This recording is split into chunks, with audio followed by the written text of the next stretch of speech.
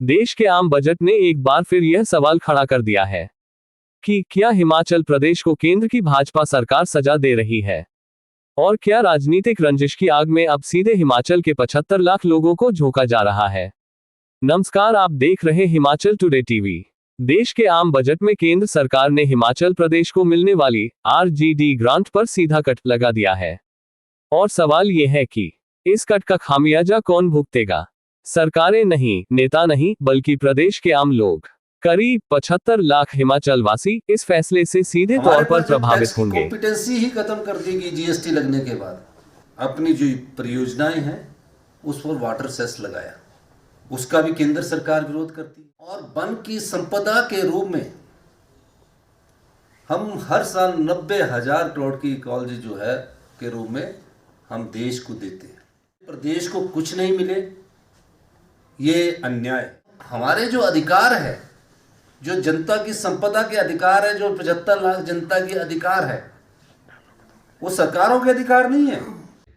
ये कोई permanent grant नहीं थी, जहां ये आरडीजी का बार बार जिक्र करते हुए केंद्र की सरकार को लगातार कटघरे में खड़ा करने का, प्रदेश की सरकार केंद्र से जो पैसा आया उसका कोई हिसाब जो है। जम्बाल जी, बाकी चीजें छोड़ दो, आप पढ़ चुके हैं सारी चीजें। एक चीज बताओ, ये जो ग्रांट नहीं दे रहे हैं, क्या इससे हिमाचल को फायदा होने वाला है? बीजेपी किस तरह से देख रही है?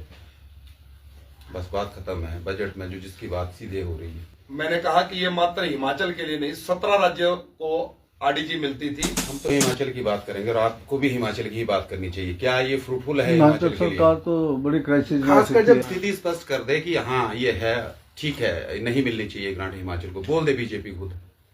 राजनीतिक गलियारों में चर्चा है कि मुख्यमंत्री सुखविंदर सिंह सुक्खू की सरकार पर नकेल कसने के चक्कर में केंद्र सरकार ने हिमाचल के हक पर कैंची चला दी, यानी सरकार से नाराजगी और सजा जनता को। हमारे पास जब टैक्स की कॉम्पिटेंसी ही खत्म कर देगी जीएसटी लगने के बाद, अपनी जो परियोजनाएं हैं उस पर वाटर सेस लगाया, उसका भी केंद्र सरकार विरोध करती है। और वन की संपदा के रूप में हम हर साल 90,000 करोड़ की इकोलॉजी जो है के रूप में हम देश को देते हैं। प्रदेश को कुछ नहीं मिले, ये अन्याय। हमारे जो अधिकार है, जो जनता की संपदा के अधिकार है, जो 75 लाख जनता की अधिकार है, वो सरकारों के अधिकार नहीं है। ये कोई परमानेंट ग्रांट नहीं थी, जहां ये आरडीजी का बार बार जिक्र करते हुए केंद्र की सरकार को लगातार कटघरे में खड़ा करने का प्रयास कर रहे हैं। वहीं मैंने अन्य बातों का भी जिक्र आपके सामने किया कि हमको लगातार केंद्र से मदद आई। आपदा में 6,000 करोड़ का मैंने जिक्र किया, उसका हिसाब तो बताएं कि कहां वो पैसा खर्च हो रहा है। प्रदेश की सरकार केंद्र से जो पैसा आया उसका कोई हिसाब जो है। जम्बाल जी, बाकी चीजें छोड़ दो, आप पढ़ चुके हैं सारी चीजें। एक चीज बताओ, ये जो ग्रांट नहीं दे रहे हैं, क्या इससे हिमाचल को फायदा होने वाला है? बीजेपी किस तरह से देख रही है?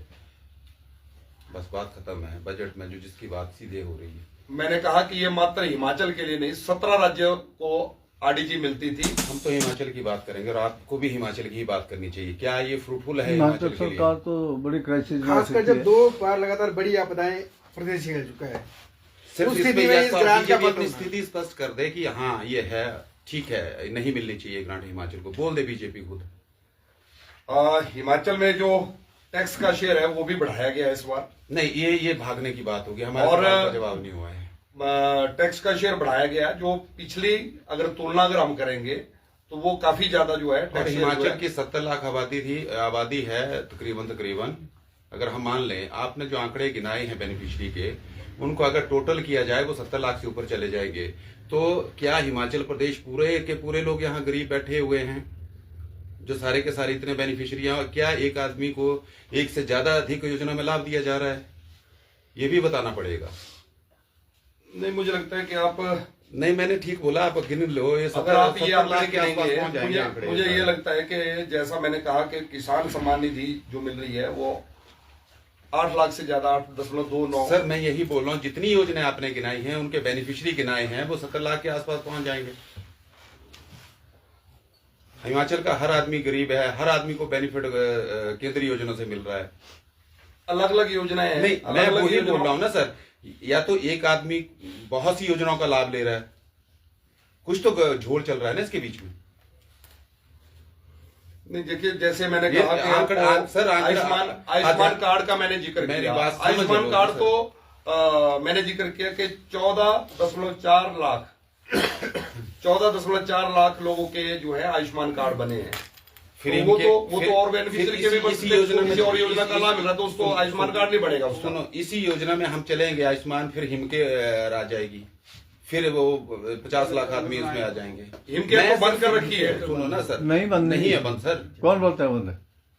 बंद नहीं अनेकों है। एग्जाम्पल नहीं हमारे नहीं सामने हैं। नहीं, बिल्कुल नहीं, बेनिफिट उसमें- मिल रहा उसमें है कुछ बराबर। हॉस्पिटल को बाहर निकाला गया है, कुछ मिल हुआ रहा है है, benefit। हुई है, और प्रॉपर तरीके से बंद 400 नहीं करोड़ हुआ। की देनदारियां हिमाचल सरकार की जी, हिमकेयर की वो होगी। वो जम्बाल जी, वो बात सही है। बात आज केंद्रीय बजट पर हुई है, और ऐसी क्या जरूरत पड़ गई कि केंद्रीय बजट आम आदमियों को समझ नहीं आ रहा, उसको समझाने के लिए भाजपा को पूरी की पूरी फौज फील्ड में उतारनी पड़ रही है। ऐसा क्या है इस बजट में, ऐसी क्या जटिलताएं हैं कि लोगों को आम बजट ही समझ नहीं आया, जिसका नाम आम बजट है वो ही नहीं समझ आएगा।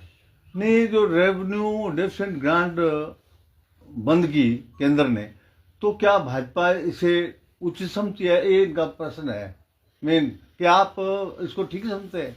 मैंने कहा कि 15वें वित्त आयोग में इसी का जिक्र कर दिया गया था, जिसका पिछले कल हमारे पूर्व केंद्रीय मंत्री और सांसद अनुराग ठाकुर जी ने बड़े स्पष्ट शब्दों में सारा जिक्र इसका आरडीजी को लेकर किया। उसमें बड़े स्पष्ट शब्दों में कहा कि फिल्ट्रेट फाइनेंस कमीशन में ही इसका जिक्र कर दिया गया था कि जब तक हम अपने खर्चे कम नहीं करेंगे, अपनी आय नहीं बढ़ाएंगे, तो ये लगातार ग्रांट कोई परमानेंट नहीं है। तो जब सरकार भारतीय जनता पार्टी की थी, उसी समय उसमें नहीं ऐसा था कि उसमें कुछ और था और आज कुछ और है। ठीक है जयपाल जी, आपने रेलवे का जिक्र किया। रेलवे को बहुत ग्रांट दे रही है सरकार। सुंदरनगर से होकर के रेल निकलेगी बिलासपुर से होकर के मनाली लेह तक, वो कहाँ खड़ी है और उसको कितना बजट अलॉट हुआ इस बजट में? मैंने उसमें भी जिक्र किया कि हिमाचल के लिए जो रेलवे का बजट है, मैं उसमें सिर्फ केंद्रीय- आपको बिलासपुर टू 17,000 करोड़ बताया ना आपने। लेह वाले के डिवीजन है। पोर्शन की बात करूंगा, क्योंकि वो सुंदरनगर से होकर आपकी कंस्टिट्यूंसी से होकर के निकलेगा। जी। उसको कितना हुआ है क्या बजट में उसके लिए क्या प्रोविजन है? उसमें ब्रेकिंग आएगी, अब डिटेल सारी आएगी, लेकिन मैंने इन नेट सेल में कहा कि 2,911 करोड़ रुपए जो है रेल के लिए प्रावधान किया गया है। 2000 लेकिन उसके साथ साथ हिमाचल की सरकार से भी आह्वान किया है केंद्रीय रेल मंत्री ने कि प्रदेश की सरकार हमको मदद करे, हमें सहयोग करे, क्योंकि लैंड एक्विजिशन का काम प्रदेश सरकार का है और लैंड एक्वायर नहीं हो रही है, जिसके कारण से रेल के सारे प्रोजेक्ट हमारे धीमी गति से चले हैं। केंद्र से लगातार पैसा आ रहा है, लेकिन हिमाचल की सरकार जो है इसमें हाथ पीछे खींच रही है। जवाल जी, आपको नहीं लगता कि सुक्खू सरकार की नकेल कसने के चक्कर में भाजपा जो केंद्र में बैठी है वो हिमाचल की जनता से खिलवाड़ कर रही है? जितनी भी कोई भी चाहे विशेष पैकेज है, आपने भी एप्पल ग्रोवर्स का बात ही नहीं की। ये इस पूरे मामले पर सफाई देने मीडिया के सामने आए भाजपा के प्रदेश प्रवक्ता और सुंदरनगर के विधायक राकेश जम्वाल। लेकिन सवाल ये है, क्या वो हिमाचल के हित में उठे सवालों का जवाब दे पाए? पत्रकारों ने जब हिमाचल के अधिकारों की बात की, जब ग्रांट कटौती पर सीधा सवाल किया गया, तो जवाब गोलमोल रहे, या यूं कहें कि सवालों का सामना ही नहीं हो पाया। यहां तारीफ बनती है प्रदेश के पत्रकारों की, जिन्होंने किसी दबाव में आए बिना हर हिमाचली की आवाज को मजबूती से उठाया। अब सवाल साफ है, क्या हिमाचल को उसका हक मिलेगा, या राजनीति की भेंट चढ़ता रहेगा प्रदेश? हम आगे भी इस मुद्दे पर हर सवाल उठाते रहेंगे, क्योंकि यह लड़ाई किसी पार्टी की नहीं, हिमाचल के भविष्य की है। आप क्या सोचते हैं? कमेंट में जरूर बताइए। Please like, share and subscribe the channel.